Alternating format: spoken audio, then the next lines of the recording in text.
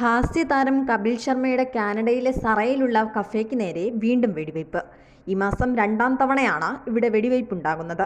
അധോലോക കുറ്റവാളി ലോറൻസ് ബിഷ്നോയുടെ സംഘാംഗമായ ഗോൾഡി ദില്ലൺ സംഭവത്തിന്റെ ഉത്തരവാദിത്തം ഏറ്റെടുത്തു. സാമൂഹ്യ മാധ്യമങ്ങളിലൂടെയാണ് ഇവർ ആക്രമണത്തിന്റെ ഉത്തരവാദിത്തം ഏറ്റെടുത്തത്. ഞങ്ങൾ ലക്ഷ്യമിട്ടയാളെ വിളിച്ചിരുന്നു, പക്ഷേ അയാൾ കോൾ എടുത്തില്ല. അതുകൊണ്ടാണ് ഞങ്ങൾക്ക് ഇങ്ങനെ ഒരു ആക്രമണം നടത്തേണ്ടി വന്നത്.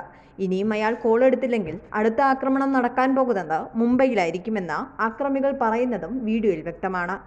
കഫേക്ക് നേരെ 25 തവണയിലധികം വെടിയുതിർത്തതായാണ് ആക്രമികൾ സാമൂഹ്യ മാധ്യമങ്ങളിൽ പങ്കുവച്ചിരിക്കുന്ന വീഡിയോകളിൽ നിന്ന് വ്യക്തമാകുന്നത്. മുംബൈ പോലീസും മറ്റ് സുരക്ഷാ ഏജൻസികളും സംഭവത്തെക്കുറിച്ച് അന്വേഷിച്ചു വരികയാണ്. കപിൽ ശർമ്മ പുതുതായി തുറന്നിട്ടുള്ള ക്യാബ്സ് കഫേയിൽ ആദ്യത്തെ ആക്രമണം നടന്നത് ജൂലൈ 10-നായിരുന്നു. ജൂലൈ 10-ലെ വെടിവയ്പിന്റെ ഉത്തരവാദിത്തം ഒരു ഖാലിസ്ഥാൻ വിഘടനവാദി ഏറ്റെടുത്തതായി ചില ദേശീയ മാധ്യമങ്ങൾ റിപ്പോർട്ട് ചെയ്തിട്ടുണ്ടായിരുന്നു.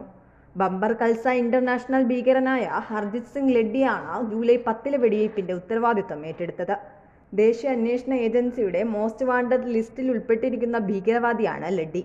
കനേഡിയൻ സർക്കാർ BKI ഒരു ഭീകര സംഘടനയായി അടയാളപ്പെടുത്തിയിട്ടുണ്ട്.